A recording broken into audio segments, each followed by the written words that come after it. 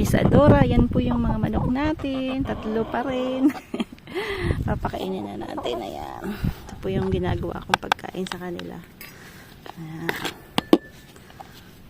Pang ano lang po yan. Parang ano lang nila yan. Pero may pagkain talaga silang para sa kanila kasi wala pong rooster to. So, kailangan po nilang kumain ng ano, ng well bite protein, parang ganon. Parang ang tawag po dito is grain pondus sa mga yung mga laying hens na wala pong rooster na po. So iba po yung pagkain nila para yung ano po nila is rich. Ayan. Shout out again po kay Miss Adora at marami pong salamat Pam sa walang sawang pagsuporta niyo sa amin na magkakapatid na po. Marami pong salamat at God bless po sa inyo po at sa family niyo po at sa lahat po nating nag-watch din. Marami pong salamat po tayo dito sa garden na po. So, I mean, lahat po ng mga nandito sa amin, kinukuha na nila po lahat ng mga gulay-gulay sa ano, no. Kailan ako po naghihinayang kasi yung iba niliit pa. Ayan. Sayang talaga, pero ewan ko. Pero hindi pa siya nagpo-frost, no. So, malamig na yung hangin. But hindi pa talaga yung ganun kalamig. So, anyway, hindi ko alam kung kailan talaga yung sobrang lamig. But anyway, alis po kami papuntang China. So, hindi ko alam kung hayaan ko lang. Babalik po kami ng December 4. So maybe yung maliliit, hayaan ko lang na po. Yung malalaki medyo kukuhanin natin at pamimigay natin sa kapitbahay natin na po. Kaya lang dito, mahirap katukin yung mga kapitbahay. Kasi yun po yung difference ng France tsaka Philippines. Hindi po namin nakikita yung mga kapitbahay namin. Si George lang po. Kasi lagi po silang nasa loob ng bahay nila. Yun po mahirap dito, kanya-kanyang buhay. Hindi ko pa nga, yung ibang kapitbahay hindi ko pa nakakausap. So yung last not yesterday, the other day po, binigyan kami ito ng kiwi. Then may mga nag-passers. Yun po yung binigyan ko. Pero yung tuloy yung kapitbahay namin sa harapan, no, kasi lagi po silang medyo matatanda na sila. So anyway, ayoko pong i-disturb. Pag nakita ko lang pong nasa labas, tinatanong ko lang kung baka pag nakita ko sa labas, tatanungin natin kung gusto nila kasi mahirap pong mag-doorbell. Yun po yung isa pa sa mga cultural things na difference from here to Philippines na po. Medyo nakakapanibago, but then 20 years na rin po ako dito. So nasanay na rin po ako na gano'n na iba talaga po yung cultural differences na po.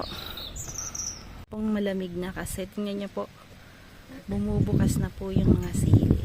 So yan po yung mga signs na wow, we need to take na po. So ayan, sayang, but alam ko naman na ganyan talaga dito sa France na po. So wala tayong magagawa. Yan, dami pa sanang mga palalaki. Yan, doon dami pa pong bunga, but anyway, hindi na po sila, wala na siguro nung tayo. Tapos ito ginaranito ko, ewan kung makakapag-survive sila. Lalagyan natin ng po-protect natin, but I don't think so. So first time kasi magtanim talaga nito. Ayan, tapos yung sayote kukunin na rin natin siguro. Magtagal naman yan, imbakin na po. Ayan. Sobrang lamig, malamig na po, sobrang lamig na. Hindi pa naman sobra-sobra, pero medyo malamig. At ngayon po, naka-pullover na po. At yung hangin po yung malamig. I mean, kung wala po sanang hangin, it's not malamig. But, pero hindi mo po ako mapupa sa labahay. So, kanina po, nagpack na po ako ng dadalhin sa China, but then I need to go out. I need to take some breath po outside. So, ayan. Lilinisin po natin to. Tatanggalin na natin yung mga tomatoes. So, yan po yung gagawin ko po today. Then after, baka yung medyo malalaki na bell pepper, kukuhanin na natin. Then maybe after, I will do some walking para pamigay na po pag nakakita tayo ng tao nasa labas, pamigay natin.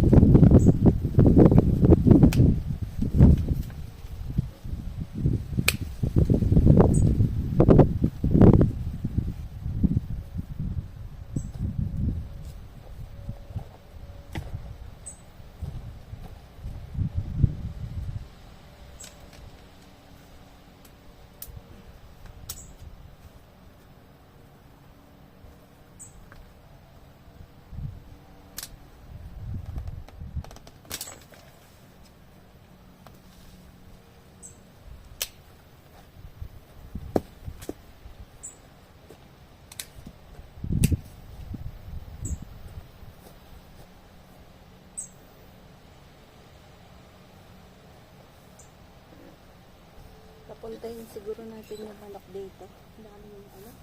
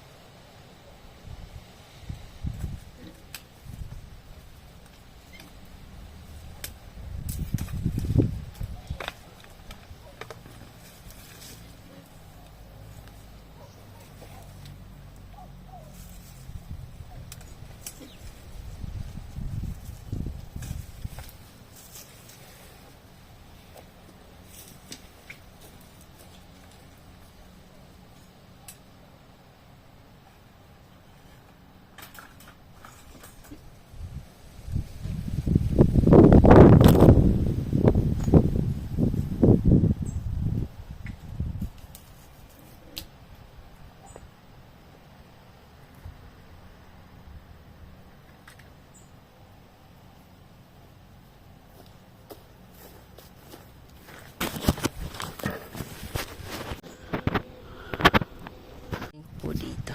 Daming abot-abot dyan. So, lilinisin natin. So, hindi ko na po yan papakita kung paano natin walisin yan. So, nagdala po ako ng ilang walis ba to? Parang 3, 4, 5, pero isa sira na. So, may 4 po akong walis. So, next year, magdadala po ako ulit ng walis tsaka walis tambuno po kasi I can't live without them na po. So, yan po yung mga bagay na hindi ko po pwedeng wala ko dito sa bahay. Yung walis tsaka walis tambo tsaka dustpan. Kasi hindi ko po ma-adapt yung walis dito na French, no? Hindi ko siya kaya gamitin. Yan, so let's clean. Magagata po tayo na kalabasa. Ayan. Kalabasa po natin to sa garden. So, yan ang paghiwa niya. Hanggang mamayang gabi na. So, up. Dapat kasi, magpo-fried rice ako. Sabi ko, sabay naman natin. Ayan. Nakakanis po kasi yung gata.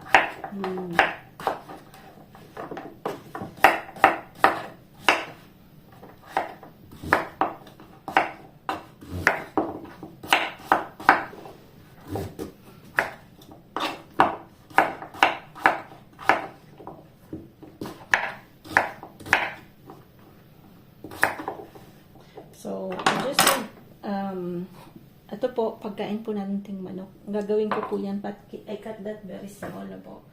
So, we will just need the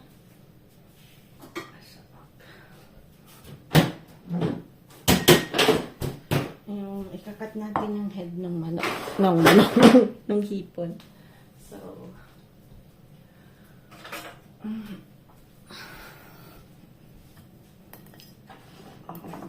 just like this. Dito lang up.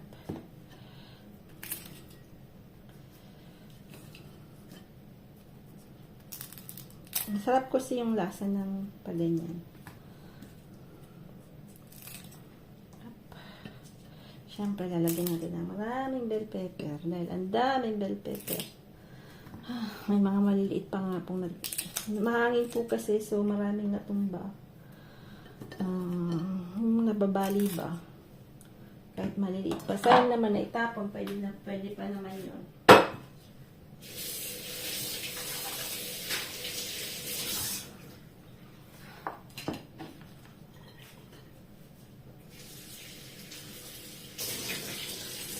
So, yan po. Kailangan natin, but we need, kailangan po natin ng lemongrass. Tanlad na po. So, kuha tayo ng tanlad sa labas.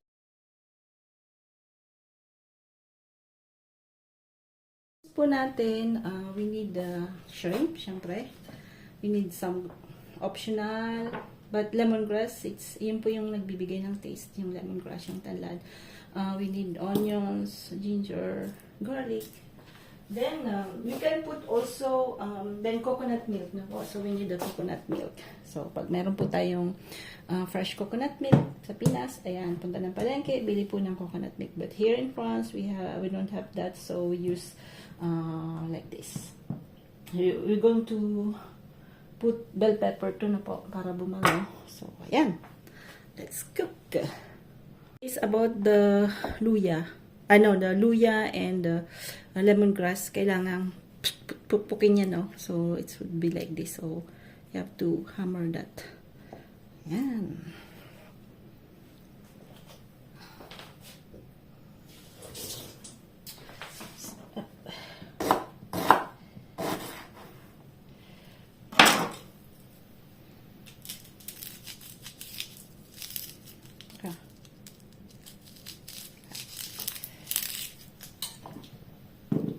Winter na, so yun po lang sa pag winter, onions is resisting sa garden na po. Yung onions nakaka-resist, yung leeks po, yung isang klaseng leeks nakaka-resist, yung family tuloy ng onions nakaka-resist pag winter, pero yung iba po patay, tigokski, yung mga kamote, patatbus, all that's going to die. So, very sad, but that's life.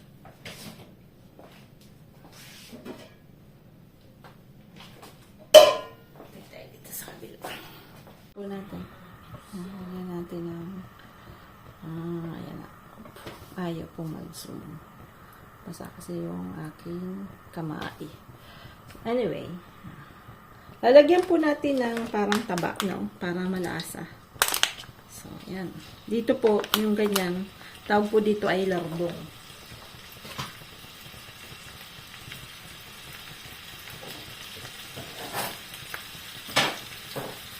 So, medyo gano'n natin. Para yung gamula, lumabas-labas. Once you grate a little yung mga ganyan, the aromat is going to, yan, mga amoy po. Ang dami. So,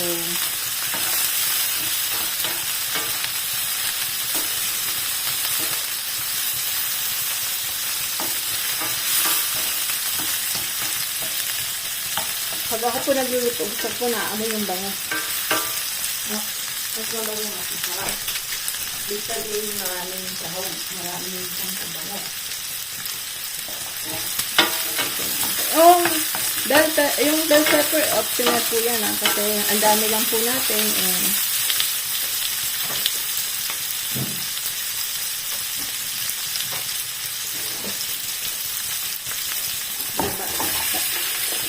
Yan, it's like putirong po, kalabasa, pwede, squash. Here, it's called putirong na po. So,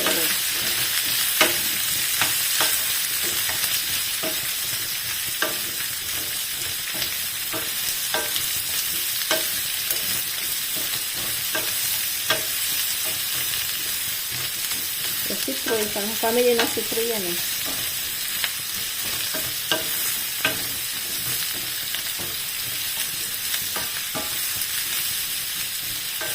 So, ayan. Medyo, ano natin, kasi wala tayong gaanong we don't have a lot of the milk, coconut milk. So we put a little water to a small trick na po. Para medyo maluto po yung kalabasa. Just a small trick.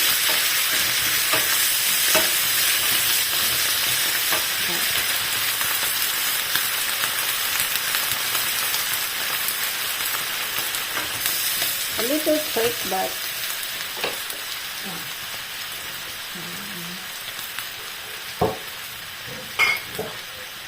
with some fish sauce. Yeah, fish sauce po give this fishy, delicious.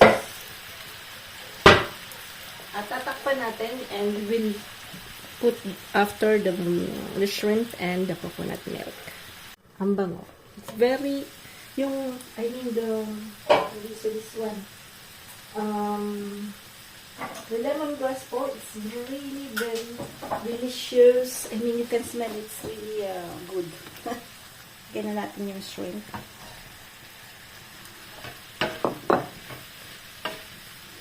And we will put milk now.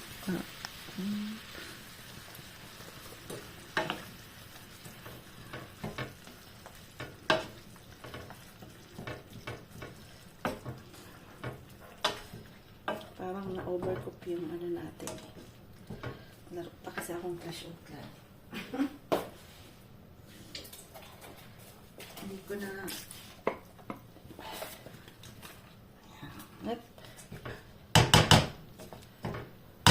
pa natin ulit.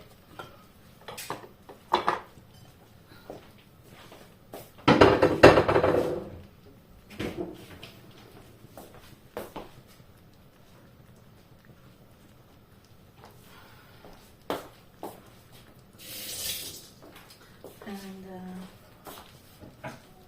we will put one like this. Maanghang po yan. Sobra. So, put pepper.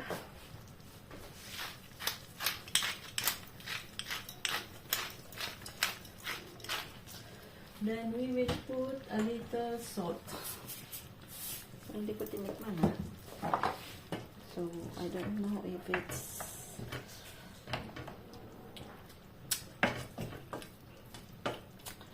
hindi matabang. Make a little salt.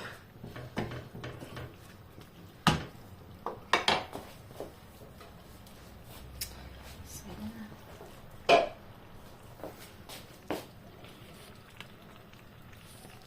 gulay. Then after mag-dilis tayo, konti na lang to. Ewan ko kung makakabili tayo ng ganito sa China po. Kasi, syempre, tagal pa tayong hindi sa Pinas pa tayo nito makakabili. Yan. So, sapsap po yan. It's sapsip. Sipsap po tawag yan. Sipsip. Hindi po alam yung klaseng isda na to. Tawag po niyan sa Bicol, sapsap. Ayan.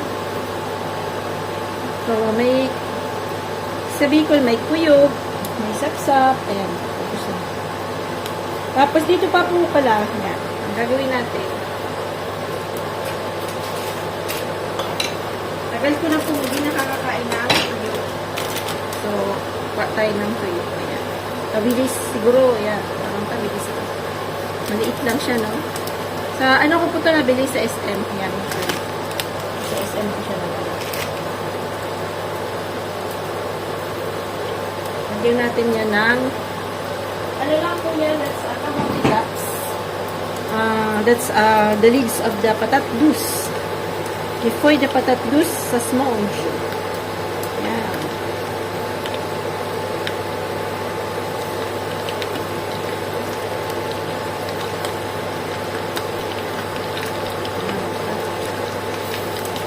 Yung shrimp wag masyadong lutong-luto kasi tikman natin kung sarap. Sarap po. Sa delicious. So, delicious. kapag... Je vais encore le hockey encore. Encore Alors, masarap. Attends, commence. Commence. Masarap. Yan. Piquant ça, tu vois, c'est piquant ça. Yan sa akin. Tira namin pusido. Pinoy na itong asawa kong to eh. Pinoy ka na, no? Quoi? Pinoy ka na? Tu la connais? Are you Pinoy? Are you already Pinoy? Because you eat a lot... Philippin? Yeah. Regarde. 100% or... Regarde. Regarde, if I'm not Pinoy. This one, I know it's your favorite, but it's mine now. Yan, pati ulo, kakain na yan. Naubos. Dati hindi siya po kumakain ito. Pero ngayon, naubos niya na eh. Takaw-takaw. Before you don't eat this one. No. But now, oh my God, I'm afraid because... Comme ça. Burrito niya na. Pumag na talaga. C'est bon, hein? Bon appétit. Bon appétit. Yeah, it's spicy kasi. Ayan. Lagyan ko ng ano. Ah, c'est le bordel là.